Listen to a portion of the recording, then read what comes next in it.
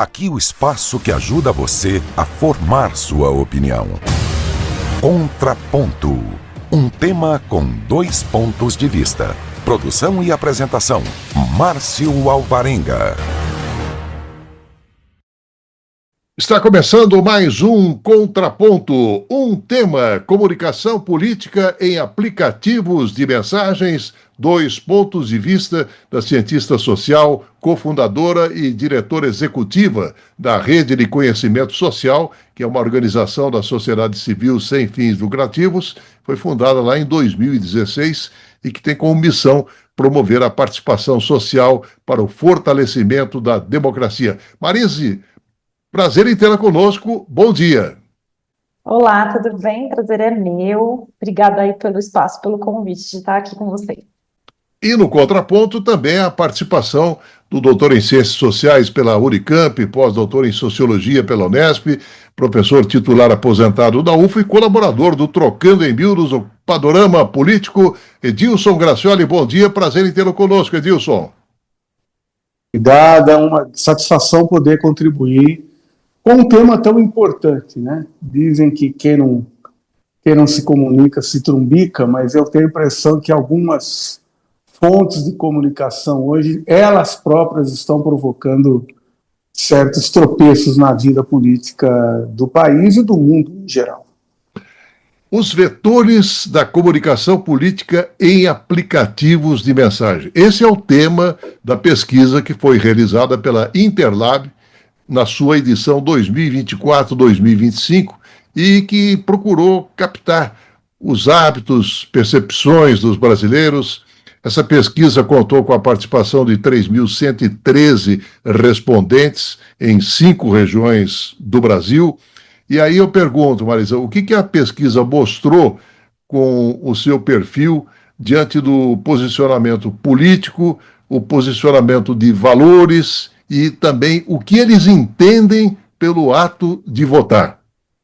Bom, então, assim, essas 3.113 pessoas, né, que foram escutadas nesta edição, a gente tenta, na verdade, reproduzir ao longo dos 5 anos da pesquisa um perfil sociodemográfico bastante parecido para que a gente possa ter uma comparação, né, histórica entre cada uma das edições.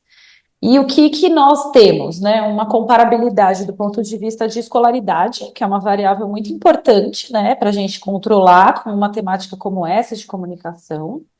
A gente tem um controle também, né, de comparabilidade entre as regiões do Brasil e principalmente da questão das classes sociais, né, para a gente poder ter um pouco dessa referência e a gente ter faixa de idade também. Quando a gente fala de tecnologias, existe uma grande variação, né, do comportamento tecnológico em relação à faixa de idade. Essas informações, elas se repetem ao longo dos anos da pesquisa, e nesta edição, não diferente das demais, a gente vê que existe, né, um perfil adicional importante de monitorar, quando a gente está falando de comunicação política, que vai além dessas variáveis sociodemográficas mais tradicionais. Então, é importante que a gente entenda a religião das pessoas, né, que a gente sabe que é algo que influencia, mas também a questão do posicionamento político. Então, a gente pergunta para as pessoas, né, se elas se posicionam ali mais para a esquerda, mais para a direita, ou no centro, ou se elas não têm um posicionamento. E a gente vê que existe uma distribuição aí, né, em todos esses anos da pesquisa, muito mais concentrada, né, nesse público do lado da direita, e depois vai diminuindo o centro um pouco menor e a esquerda menor ainda ali, então comparando a direita 33% e a esquerda 18%, mas a gente tem uma quantidade muito grande de pessoas ali, 26%, quase um quarto aí, né, das pessoas, dos brasileiros conectados, né, que é esse público que a gente aborda na pesquisa, eles se declaram como sem um posicionamento político. Quando a gente fala do posicionamento de valores, aí não é tanto sobre esquerda ou direita, né? A gente está falando das pessoas se identificarem enquanto conservadoras ou progressistas. E aí elas se distribuem nessa escala e a gente segmenta como elas se distribuem nessa escala entre muito conservador, progressista e muito progressista. E é interessante ver que o número é mais ou menos parecido entre o sem posicionamento político e o sem posicionamento definido de valores, não são exatamente as mesmas pessoas, né? Existe uma variação aí de pessoas que se declaram de direita e esquerda e que também não conseguem se definir enquanto um posicionamento de valor entre progressista e conservador, mas a gente tem aí uma tendência de pessoas se declararem mais progressistas do que conservadoras, né? Que é interessante esse movimento. Uhum. E em relação a votar, a gente também pergunta para essas pessoas se elas consideram votar um direito ou uma obrigação. E é bastante interessante ver ali que quase 7 a cada 10 pessoas aí no público da pesquisa consideram que votar é um direito. E aí os demais consideram que é uma obrigação, e é interessante pensar como isso se relaciona também com o comportamento nas urnas, de fato, né? Agora, professor Edilson, qual o reflexo desse retrato nas eleições deste ano? O centro vai para onde? Olha, Márcio, primeiro quero cumprimentar a Marisa aqui pela qualidade da pesquisa. Eu quero destacar de início, Márcio, 2 grandes méritos, né? Primeiro, ela já tem uma série histórica. Você tem momentos ao longo de alguns anos, não me lembro se são 5 ou 6 anos em que essa pesquisa já acontece, e é impressionante como o espaço amostral, né, quer dizer, a amostra, ela é muito significativa. Por vezes nós vemos pesquisas eleitorais trabalhando com um universo de 2.000, 2.500 entrevistas, e aí para um público conectado, a Marisa destacou bem esse aspecto, para o público conectado às redes sociais, que não é todo mundo, você tem um universo de mais de 3.000 respondentes. Então, isso dá uma solidez, digamos assim, à base da pesquisa realizada. Eu tenho, assim, muitas dúvidas sobre até que ponto a capacidade cognitiva disseminada na população brasileira tem clareza ou entende de forma unívoca esses conceitos de conservador e progressista. O que é que significa isso? Nós estamos falando da pauta de costumes? Nós estamos chamando de progressista quem defende ações de combate à desigualdade? Nós estamos chamando de conservadores quem atribui ao mercado, às relações capitalistas, aquilo que se vem se convencionando chamar de mérito do indivíduo na acumulação de riqueza? Não sei. Essas coisas me parecem um tanto quanto embaralhadas. Agora, de maneira decisiva, eu acho que essa pesquisa, os dados que ela traz, revelam 2 traços importantes para o processo eleitoral que vamos viver este ano, na verdade já estamos vivendo, né? O primeiro aspecto é que esse percentual, mesmo entre os conectados, de mais de 1/4, que não se define nem de esquerda nem de direita, né, ele expressa muito o que é o comportamento do eleitorado como um todo. Acho que isso vai se repetir. E essa pergunta que você me coloca é o enigma a ser decifrado.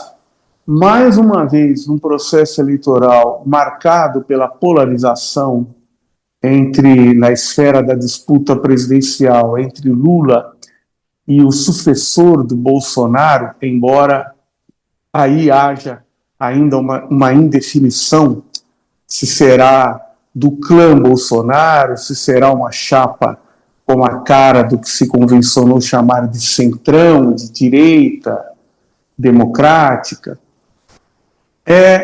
Esse percentual do eleitorado e dos conectados, 26%, ele vai se fazer presente no processo eleitoral. Ele pode ser o fiel da balança.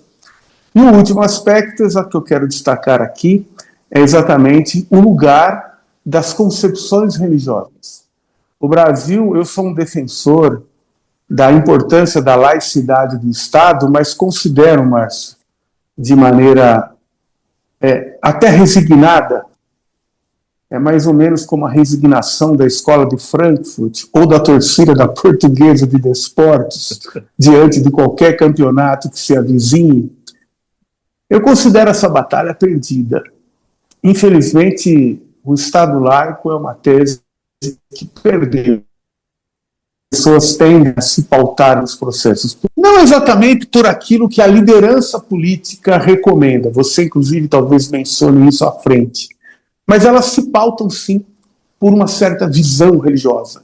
Repito, não que a liderança ou a instituição tenta induzir, mas uma visão de mundo, uma ideologia na política que guarde conexões com a visão de mundo espiritual ou religiosa. Marisa, o WhatsApp ele continua sendo um aplicativo de comunicação com maior presença aí na vida das pessoas, né? E é interessante observar no trabalho de pesquisa, quanto aos tipos de grupo, a predominância ela continua sendo de família e de amigos. E, de um modo geral, em 2024, as pessoas estão em menos grupos do que os anos anteriores. E eu pergunto, isso também explica o crescimento do espectro do centro ter crescido? Bom, acho que, não sei se o centro, né, mas acho que explicando um pouco o comportamento das pessoas nos grupos, né, acho que o que a gente vem acompanhando ao longo dos anos da pesquisa é, de fato, uma redução na quantidade de grupos que as pessoas estão integrando, mas também na diversificação dos tipos de grupo que elas participam. Isso tanto no WhatsApp como também no Telegram. Então, ao longo dos anos, né, o primeiro ano da pesquisa a gente acompanhou exclusivamente o WhatsApp, depois a gente acompanhou o WhatsApp e o Telegram como um espaço que tinha um crescimento, né, então teve aquela migração grande, né, de pessoas do WhatsApp para o Telegram, mas esses dois aplicativos acabaram tendo comportamentos muito diferentes, né, das pessoas, porque enquanto no WhatsApp as pessoas se comunicam com quem elas já têm contato anterior. Então, eu já tenho o seu número de telefone e vou conversar com você pelo WhatsApp. Já o Telegram se consolidou como uma plataforma em que as pessoas vão encontrar espaços para dialogar com pessoas que pensam de forma similar. Então, eu vou localizar aqueles grupos ou aquelas comunidades que são públicas a partir de temas de afinidade. Esse tema de afinidade pode ser desde novela turca até a gente entender como é o funcionamento de notícias de um determinado bairro, né, ou jogos, apostas, enfim, uma infinidade de temas, mas as pessoas acabaram permanecendo no Telegram muito por essa questão das afinidades. E o que a gente foi vendo? Ao longo dos anos também, né, esse movimento de polarização, que já foi comentado aqui, ele foi também se refletindo nesse comportamento das pessoas dentro dos grupos de mensagem. Então, dentro dos grupos havia muita disputa, muita briga, ainda tem, né? Mas um relato recorrente, né, que a gente acompanhou na pesquisa, é das pessoas dizerem que houve uma briga dentro do grupo da família ou do grupo de amigos, e aí esse grupo se separou. Então, eu saí do grupo porque briguei com o tio e não sei o que e tal, e as pessoas com muitas disputas nesses espaços. E aí o que acontecia? Saía deste grupo, e aí montava-se grupos, outros grupos alternativos menores, com algumas pessoas que tinham um pensamento mais parecido. E aí foi se multiplicando a quantidade de grupos que as pessoas tinham. Isso a gente viu o auge disso em 2022, tá? E aí, o que a gente foi percebendo é uma retração deste comportamento, num sentido de que as pessoas começaram a ficar muito saturadas da quantidade de grupos que estavam participando. Então, nossa, é grupo demais, em número, em volume de mensagem, porque não deixou de participar de todos, né? Então, foi, na verdade, multiplicando. E, ao mesmo tempo, também, a gente foi vendo as pessoas estando cada vez mais saturadas deste ambiente de disputa e de briga dentro desses espaços. A gente tem uma frase, né, que falaram para a gente há anos atrás, em uma das edições da pesquisa, é de que o grupo da família é um espelho, né, no WhatsApp é um espelho da macarronada de domingo, que as pessoas se reúnem, o comportamento das pessoas é mais ou menos parecido, as relações elas já estão previamente estabelecidas, os atritos, enfim, as coisas elas se reproduzem nesse espaço. Só que de uma certa forma um pouco maiores, né? Um pouco mais agravadas, então as disputas também acontecendo de forma mais agravada e tal. E aí o que a gente percebe é que as pessoas foram mudando um pouco, acho que esse é o grande aprendizado desta edição, é que as pessoas cansaram muito dessa briga, da disputa, então começaram a voltar para aqueles grupos de origem e deixar de ter uso para esses grupos que elas foram se separando, esses grupos menores. Então foi voltando a diminuir a quantidade de grupos e os espaços que as pessoas estão ocupando, muito por uma exaustão desse ambiente de briga e, ao mesmo tempo, também de um excesso de informação. São duas coisas que vêm juntas. Então, não necessariamente tem a ver com posicionamento político esse movimento. Ele acontece com diferentes visões de mundo e diferentes experiências de vida. O que a gente observa, mesmo que é um movimento mais ou menos generalizado, a gente tem enxergado até como uma espécie de, vamos dizer assim, entre aspas, uma maturidade das pessoas, de dizer assim, olha, tem espaços que eu vou trazer disputas, né, e outros espaços que eu não vou trazer disputas. Então, de uma certa forma, vão voltando para algum tipo de relação estabelecida e que não precisa necessariamente entrar com um tipo de atrito. Então, esse comportamento das pessoas, muito mais de evitar a briga como um rompimento do que aquele movimento que a gente vinha acompanhando ao longo dos outros anos. Uhum. Professor Edilson, essa retração das pessoas quanto aos grupos, a gente poderia entender ao melhor estilo do Spaghetti Western, que seria a omissão dos bons contribuindo para a audácia dos maus? Eu sempre traço um paralelo entre processos eleitorais gerais ou municipais e assembleias de condomínio, né? Os ausentes não contam para a validade das decisões tomadas. Se você se ausentar de uma decisão que diga respeito à vida de qualquer coletividade na qual você tem o direito de interferir, você como que terceiriza, transfere, delega a quem comparecer ao ato de decisão, ao ato de deliberação, a possibilidade de decidir por você. Esse aspecto destacado pela Marisa de que há uma saturação, ele é muito perceptível. Em vários ambientes, nos últimos 18 meses, talvez, tem ficado evidente. Embora aqueles que valorizam a polêmica pela polêmica teimem em permanecer nos grupos, né? Tem crescido principalmente por parte de quem já reúne um pouco mais de informação, talvez de capacidade de discernimento, porque esse é um problema, né, Márcio?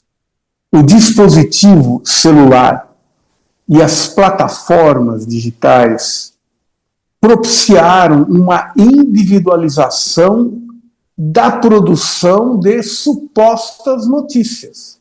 Algumas são notícias, outras não são.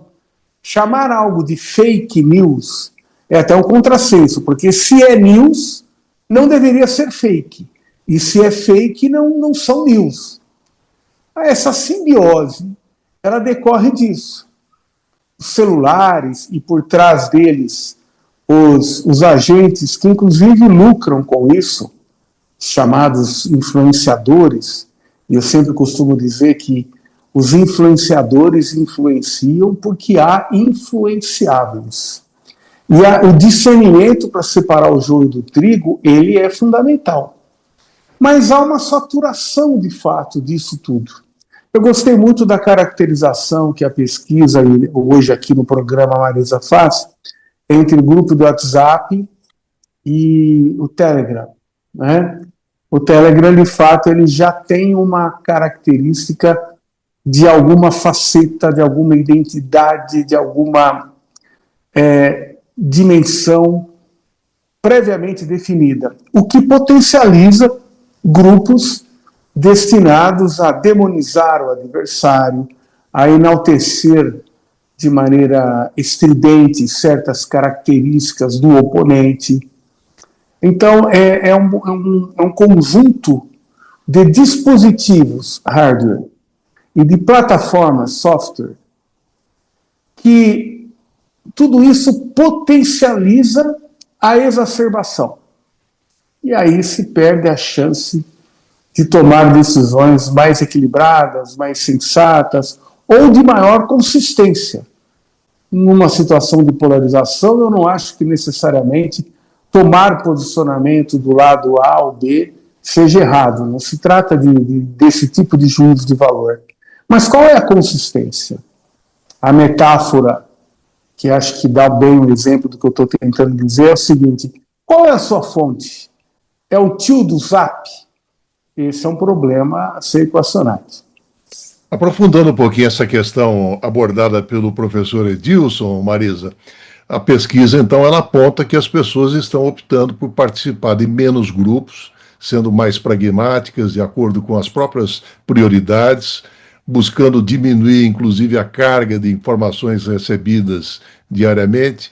E a pergunta que fica é a seguinte: e os formadores de opinião? Será que vão usar os aplicativos para trabalhar para os seus candidatos?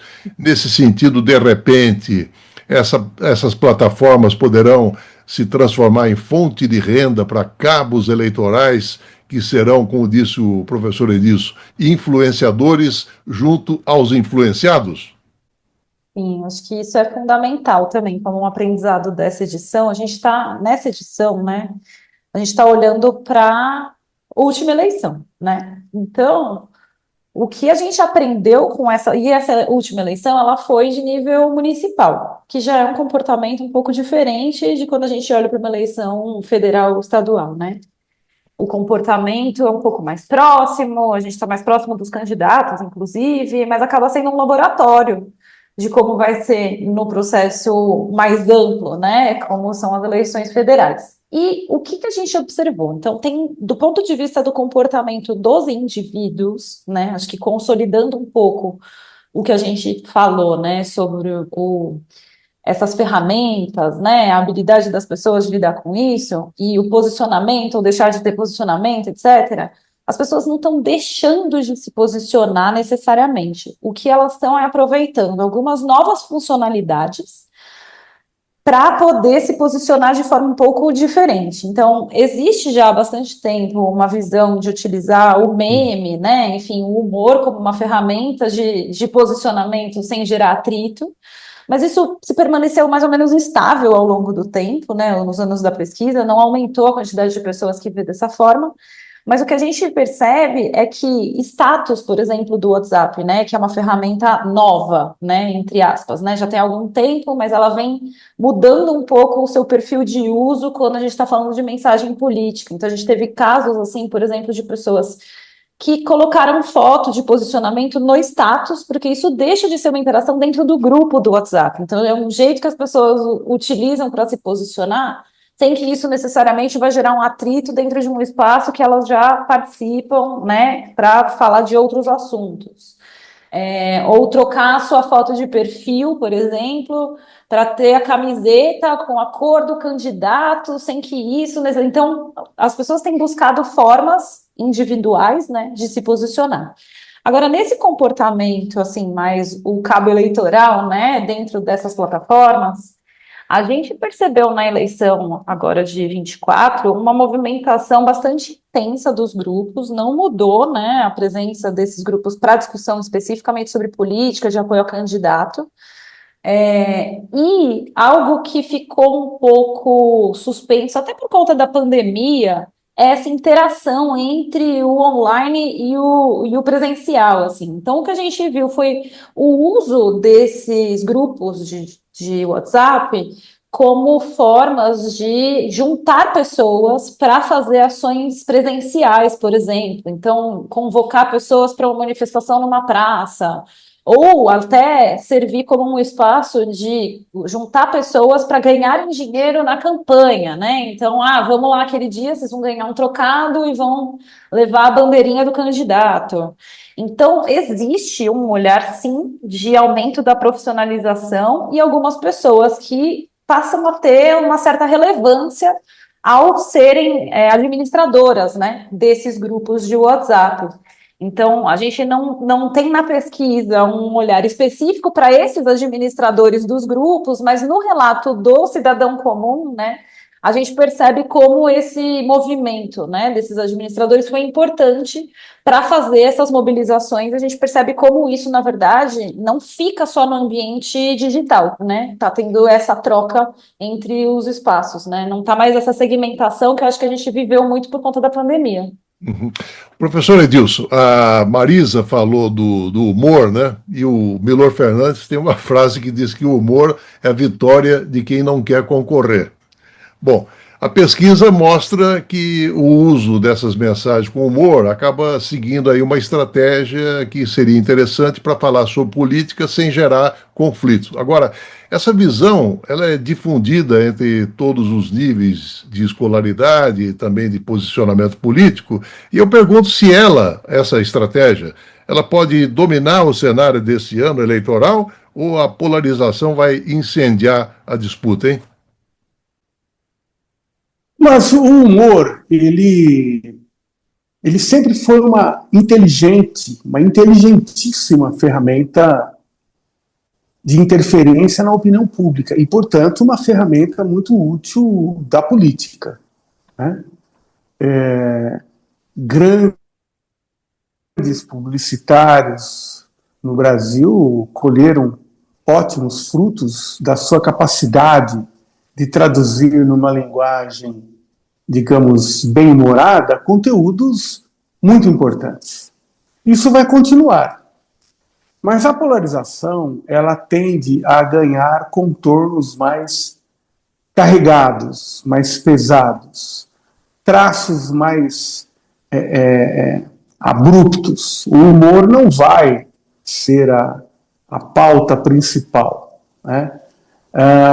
Eu me lembro, por exemplo, nas primeiras campanhas eleitorais de que participei na minha juventude, ali pelos anos de 1984, 88, 92, qual que era a estratégia de abordagem?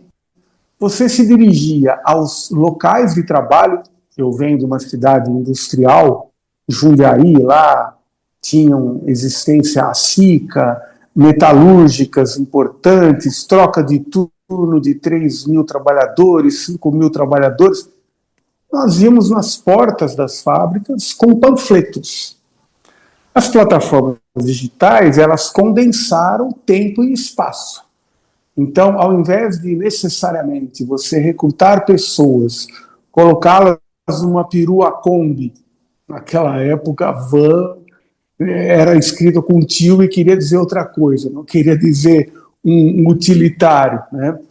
Você lotava a perua Kombi e ia para a porta da fábrica às 4 da manhã na troca de turno. Hoje isso está condensado quanto ao tempo e espaço.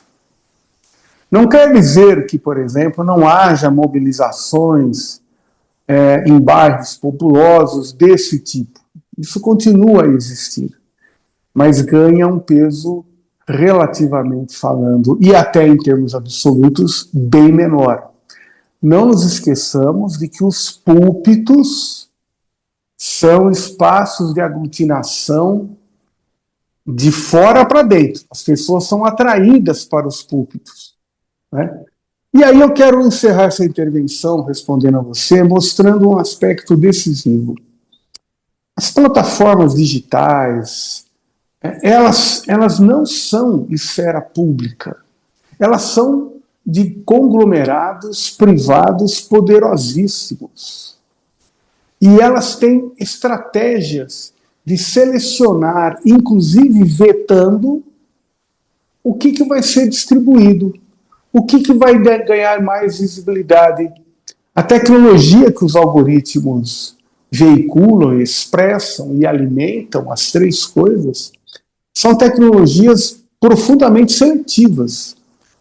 Postagens, por exemplo, que denunciem o que acontece na Palestina, expõem quem as fizer a veto, a exclusão temporária, a diminuição de distribuição de conteúdo. Críticas à política do Estado sionista, eu disse sionista, eu não disse semita, tem a mesma função. Então, nós estamos nas mãos das poderosas Big Techs e elas, repito, são grandes conglomerados, são oligopólios da comunicação e que não tem nada de objetividade e neutralidade. Elas estão informadas por poderosos interesses econômicos e geopolíticos aos quais os processos eleitorais estão subordinados. Marisa, quero ouvi-la agora falando um pouquinho sobre a mulher, porque a sua pesquisa mostra que as mulheres se destacam por demonstrar maior preocupação sobre o que falam nos grupos e buscando também evitar brigas e conflitos. A gente interpreta esse tipo de comportamento como ponderação, equilíbrio ou omissão, hein, Marisa?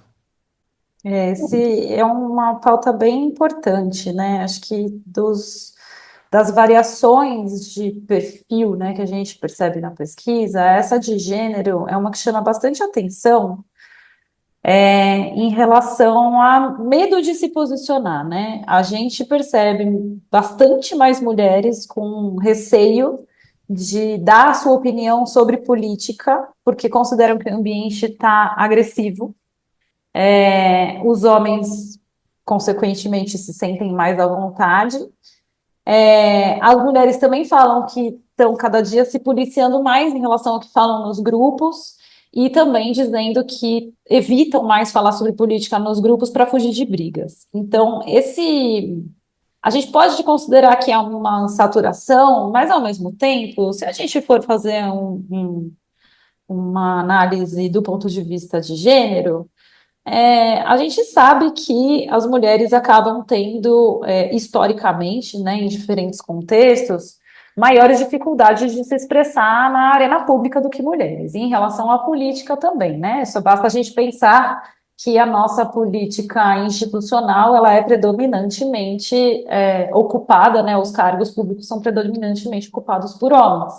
E isso está refletido aqui também, né, nessa forma das mulheres se expressarem ou não. Elas são aquelas que demonstram mais desconforto nesse ambiente de disputa. E os homens são aqueles que se sentem mais à vontade para se exporem. Então, por outro exemplo, né, de posicionamento aqui é que os homens são aqueles que mais afirmam que quando acreditam numa ideia, compartilham mesmo que isso possa parecer ofensivo.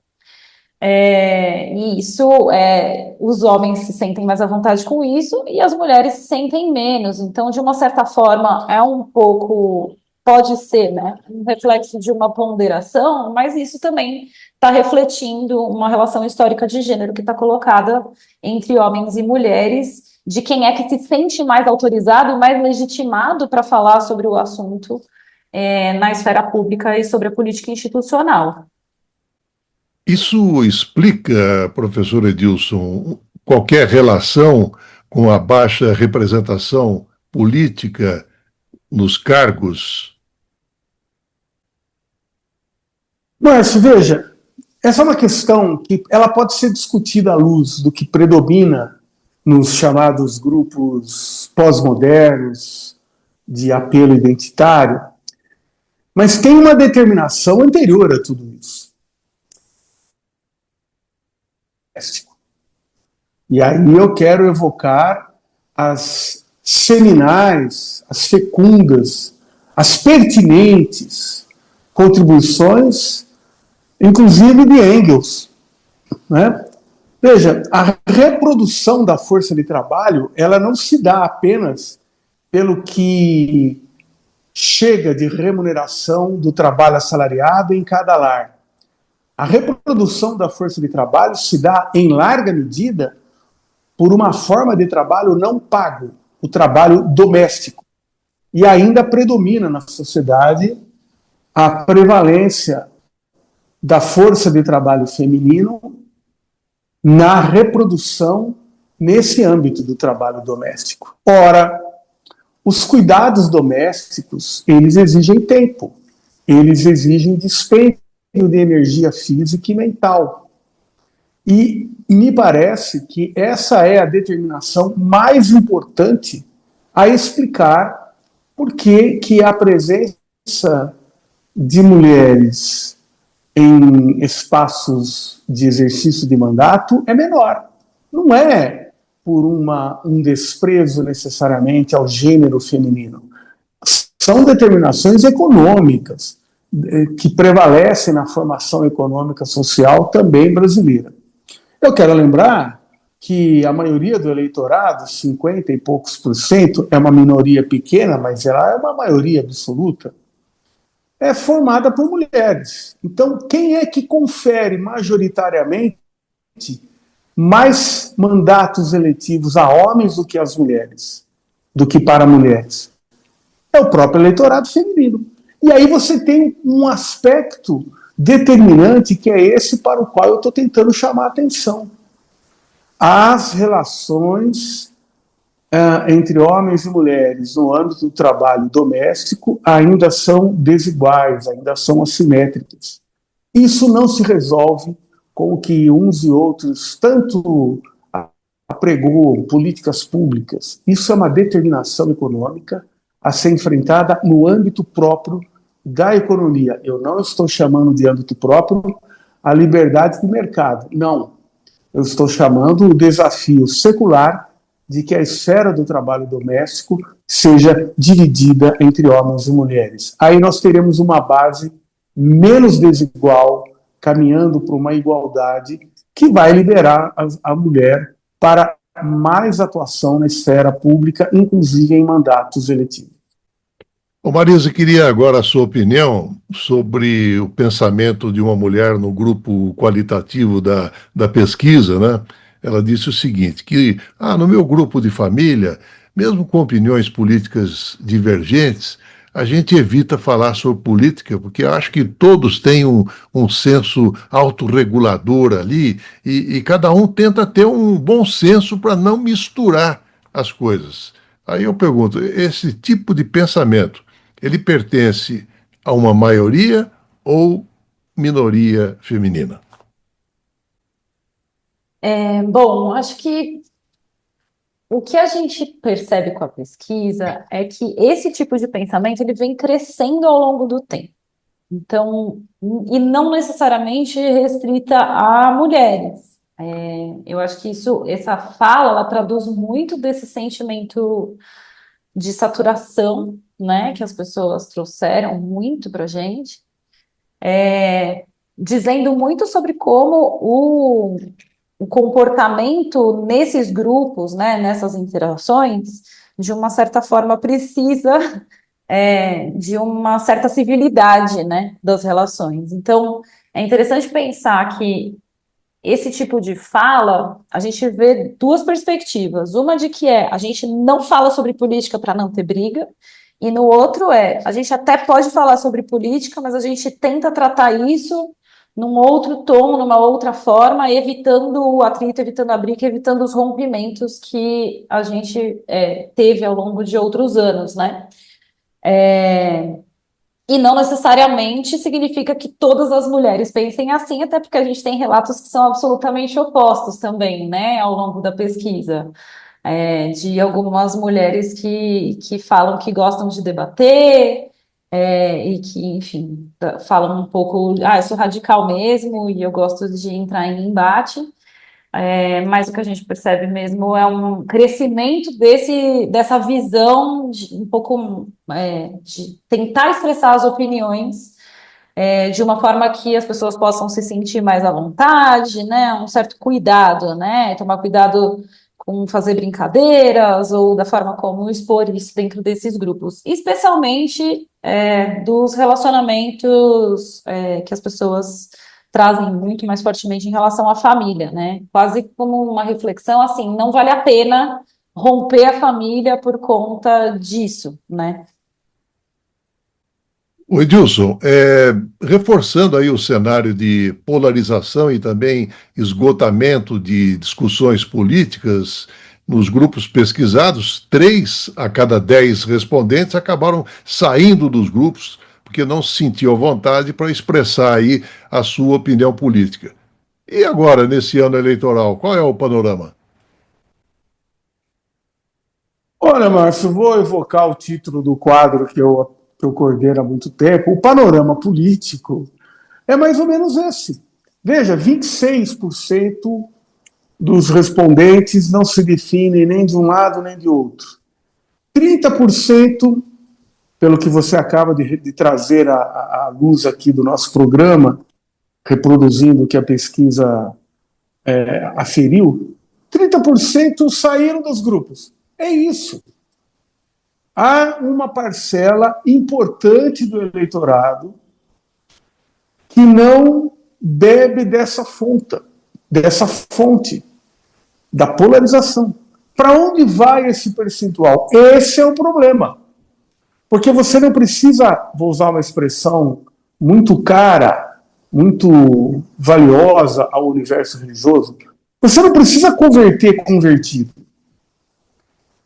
O desafio é mobilizar o indiferente. O desafio é mobilizar exatamente quem está saturado. E não é pouco. Veja, se nós pensarmos em eleição presidencial, é mais ou menos claro o cenário. 35%, 38% para uma candidatura de reeleição do Lula, quase 30% de intenção de votos para quem a ele se contrapuser. Você tem 30% que não está nem aqui nem ali. Veja o que representam 30% para a eleição parlamentar. Porque as eleições mais importantes deste ano serão as eleições para a Câmara Federal e para o Senado Federal. E as duas casas têm lógicas eleitorais diferentes. A Câmara Federal é voto proporcional e Senado da República é voto majoritário. Serão escolhidos 2 nomes por unidade federativa, estados e Distrito Federal. São eleições, portanto, de dinâmicas distintas. E a tendência, de novo, é que o eleitorado, uma parcela do eleitorado, maior do que 30% até, deixe para definir o voto para a cadeira na Câmara Federal e para as 2 cadeiras no Senado, na última quinzena, na última semana ou na meia hora anterior ao ingresso na cabine de votação. Isso é preocupante. Isso explica, em larga medida, aquilo que o cientista político Jairo Nicolau, em 2015, 2016, referindo-se à eleição de 2014, disse: 45 dias após a votação, 46% dos entrevistados na pesquisa que ele fez à época já não se lembravam do nome em quem tinham votado para o parlamento brasileiro. Isso é dramático.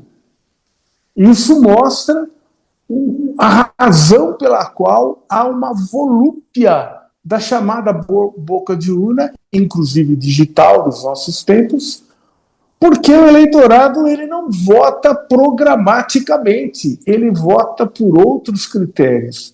E, em larga medida, porque é obrigado a comparecer ao local de votação, sob pena de ter que pagar multa, por exemplo, ou de arcar com outras consequências em razão da abstenção ao ato de comparecer às urnas. É dramático. O sistema político brasileiro parece um quadro de Salvador Dalí. Ele está derretendo. Marisa, o Edilson falou do indiferente, né? Quanto à mudança de comportamento no uso de aplicativo de mensagens no grupo qualitativo, uma outra frase de uma mulher é sintomática quanto a confirmar o que mostram as pesquisas quantitativas, identificando aquelas pessoas que não se mostram nem de esquerda e nem de direita. E a frase da mulher é mais ou menos assim: eu não falo nada, só observo, porque não dá para estar discutindo, porque cada um vai ter um pensamento, um jeito, então eu fico bem neutra nessa parte de política. Trocando em miúdos, nem contra, nem a favor, muito pelo contrário. Eu acho que tem um pouco, sim, dessa visão de melhor nem me posicionar, um pouco por um lado de não querer entrar em atrito, né, como a gente já vem falando, mas eu acho que tem um dado quantitativo da pesquisa que reforça um pouco esse lugar, né? A gente vê que em diferentes posicionamentos políticos, o acompanhamento de conteúdos políticos nos aplicativos é bastante diferente. Então, a gente vê que pessoas de esquerda e de direita são 3 a cada 10 que dizem acompanhar temas atuais da política pelo WhatsApp, enquanto pessoas que se declaram de centro são 2 a cada 10, e as pessoas sem posicionamento é 1 a cada 10. Diminui bastante, né, esse quantitativo de pessoas que dizem que estão acompanhando temas atuais da política. No Telegram, a mesma coisa, as proporções são muito parecidas. Então, o que isso diz para a gente? Que essas pessoas sem posicionamento político, elas são aquelas que geralmente a gente escuta, né, dizendo que a política não é um assunto que eu gosto, e por isso também não acompanho. E aí o comportamento delas nos aplicativos, ele também está refletido aí. A gente percebe que o tipo de conteúdo que essas pessoas acabam reproduzindo, né, é bastante diferente. A participação das pessoas sem posicionamento político em grupos específicos para falar sobre eleição também é bastante menor, ainda que não seja nula. E isso é interessante da gente pensar.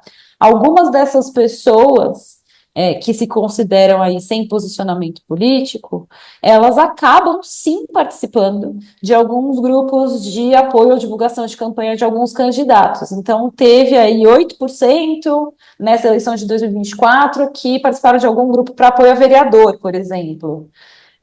Que é um número até que considerável, né, para esse perfil que diz que não gosta muito de política ou que não tem um posicionamento. Agora, grupo para fazer discussão ou debate sobre um partido político ou sobre as eleições, esse número já cai para 2%. Então, o que a gente percebe é que esse apoio, por exemplo, a candidatos específicos, talvez tenha mais a ver com uma afinidade ou conhecer, por exemplo, esse candidato ou alguém que é vinculado à família ou alguém que é um vizinho, né? Enfim, ou alguém da família convocou para fazer algum tipo de apoio, né? Isso numa eleição municipal, né, que tem uma aproximação maior, acaba sendo bastante frequente. Mas essas pessoas geralmente são aquelas que menos participam dos grupos, seja para acompanhar discussões políticas, ou seja também para fazer algum tipo de campanha, né, etc.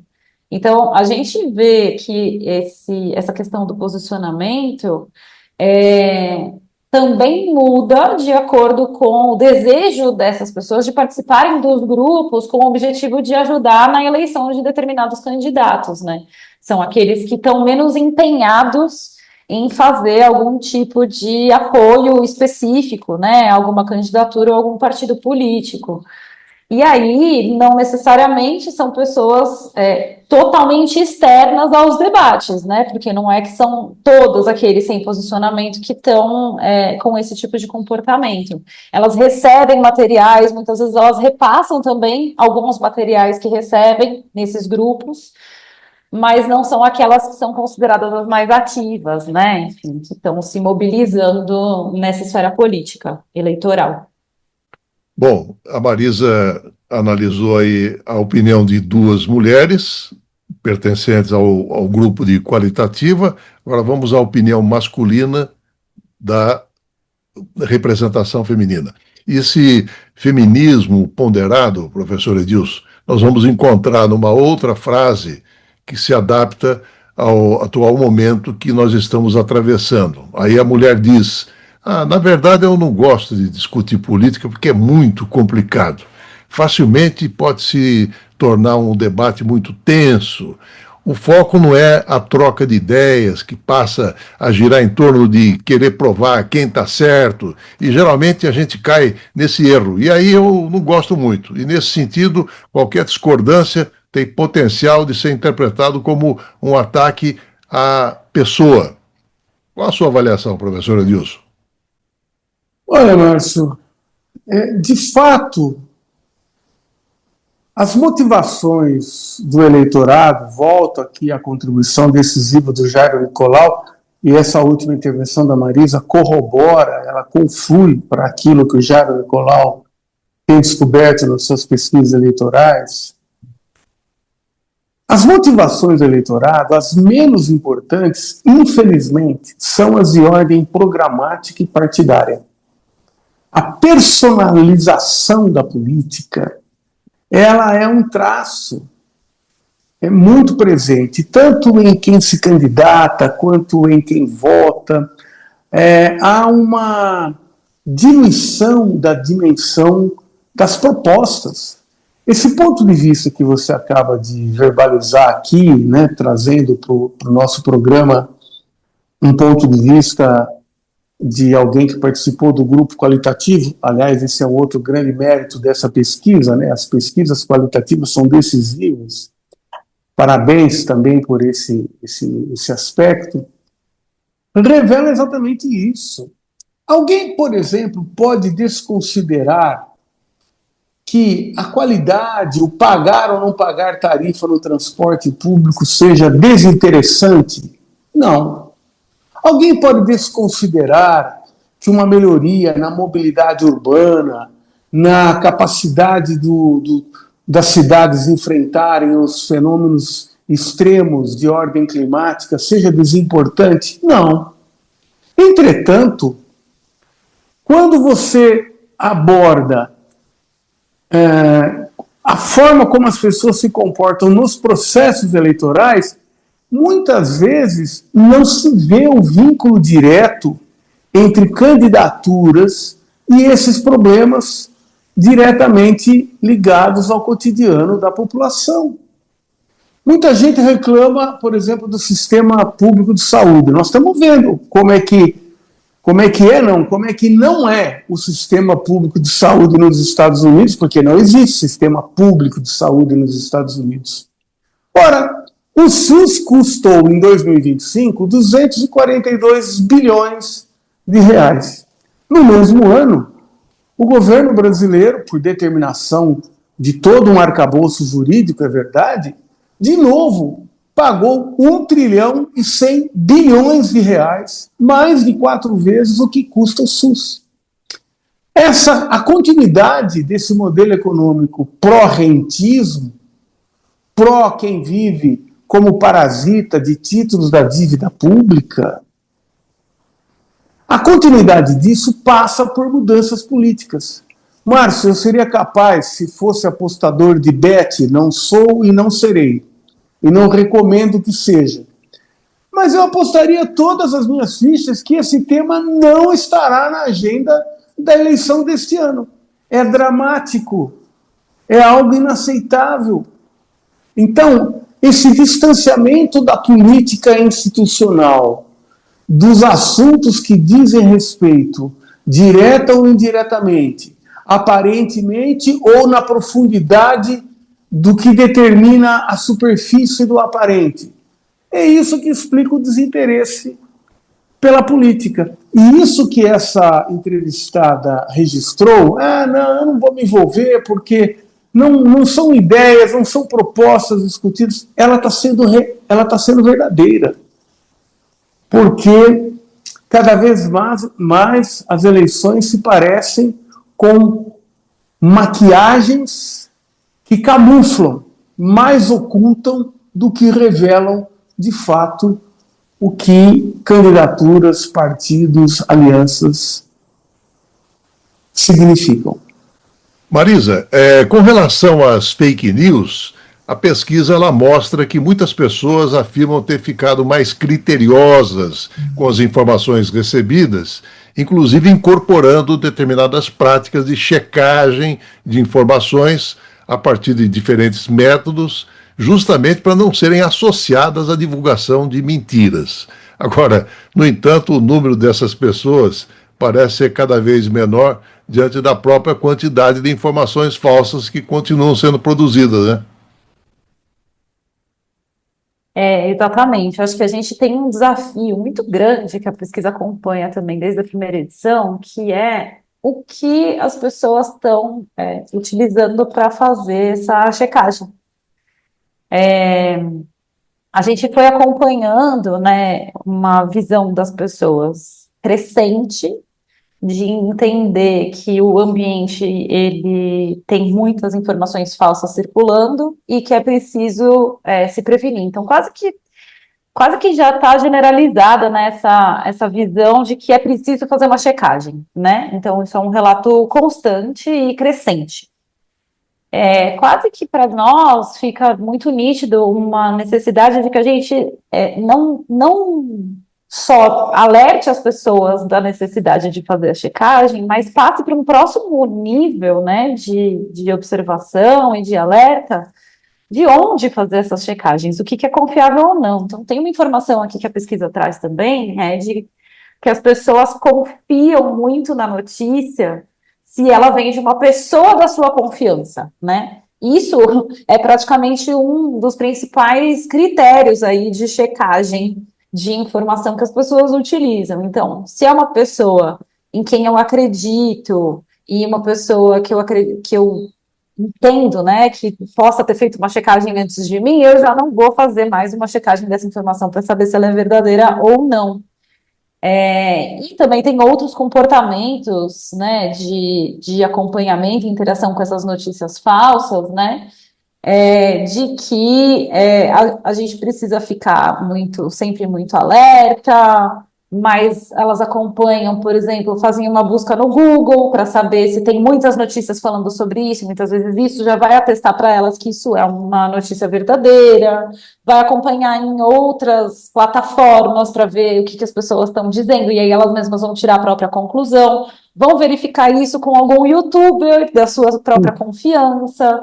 Então, eu acho que a delicadeza maior que a gente tem não é tanto do alerta de que existe muita notícia falsa circulando, mas mais do o que são as fontes confiáveis, o que não são, quais são os métodos de checagem que de fato vão me garantir ou não vão garantir. E eu acho que agora, aqui nessa pesquisa, a gente estava no começo do uso da inteligência artificial, né, quando fez a coleta, e esse é um alerta adicional, né, que as pessoas trazem, de uma incerteza se aquele conteúdo que elas estão consumindo, ele foi produzido por inteligência artificial ou não, uma crença de que sim, que com certeza já, mas não saber reconhecer, né, de quem produziu essa informação ou não. Então, acho que isso também é um ponto que eu acredito, particularmente para a eleição desse ano, vai ser bastante sensível, essa presença da inteligência artificial nesse ambiente aí de informações. Uhum. Bom, e para encerrar, professor Edilson, em cima do que a Marisa colocou, existe uma percepção geral de que o que se compartilha acaba ficando associado à imagem do indivíduo, né?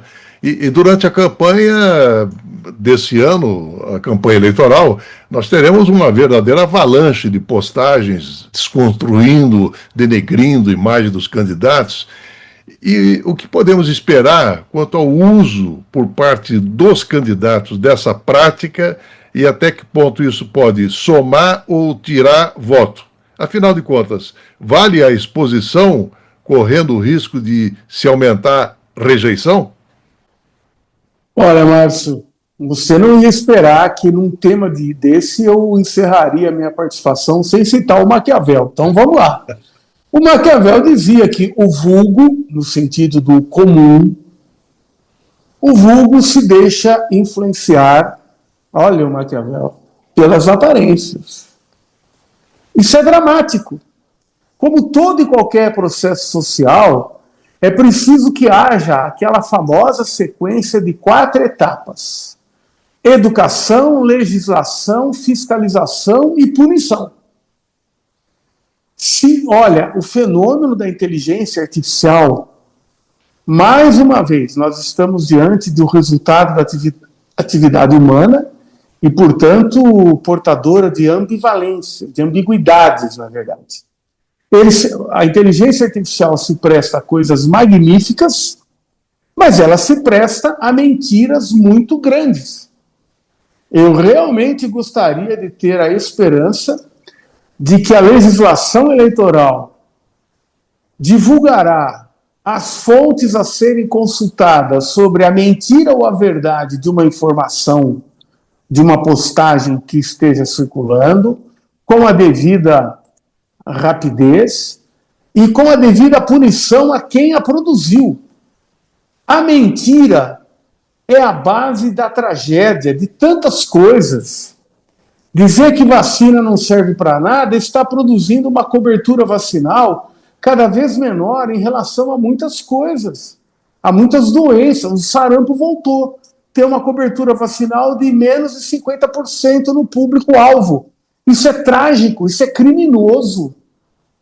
Então, eu penso que nós vamos viver um processo eleitoral muito difícil, porque nós mesmos recebemos vídeos produzidos por inteligência artificial que não é de maneira imediata, sem mediações, que você distingue alhos de bugalhos.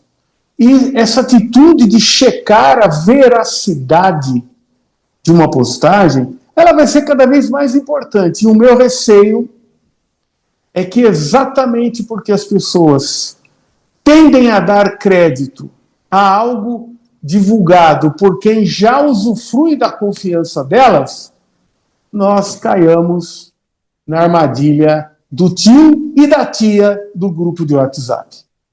Seu contraponto final, Marisa?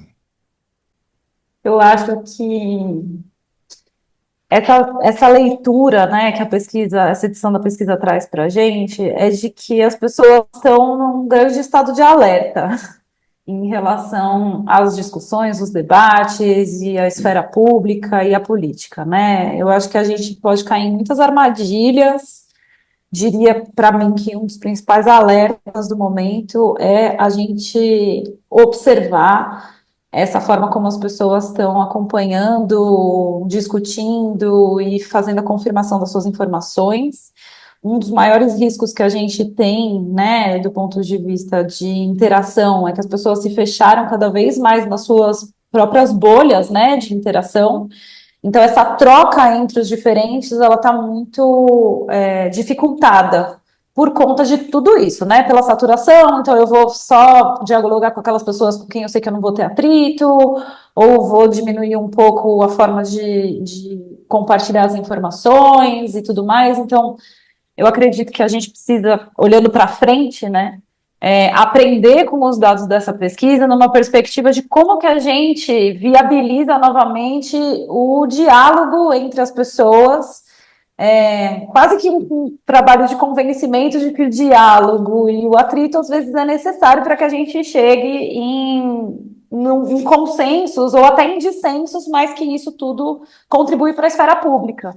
E eu acredito que ao olhar para o comportamento das pessoas no WhatsApp, no Telegram, nessas plataformas de mensagem, né, e olhar os grupos, a gente vê que a segmentação em bolhas, né, em grupos de afinidade, ela acaba sendo bastante nociva para esse estabelecimento de diálogos que é muito saudável para a democracia, seria muito saudável para a democracia. Marisa Vini, cientista social, diretora executiva da Rede de Conhecimento Social. Muito obrigado pela sua participação no Contraponto, Marisa. Eu é que agradeço pela oportunidade, pelo espaço de divulgar essa pesquisa. Cientista político Edilson Gracioli, muito obrigado por mais uma participação no Contraponto, professor. Muito obrigado, Márcio, pela oportunidade. Parabéns a Marisa e à equipe, que esse trabalho continue a subsidiar a reflexão sobre a verdade efetiva das coisas. Muito obrigado ao Benício Batista na edição, José Luiz Caetano, painel eletrônico, Patrícia Amaral na direção da RTU. Estaremos de volta na próxima segunda-feira, a partir das 11 horas. Tenham todos um excelente final de semana e até lá.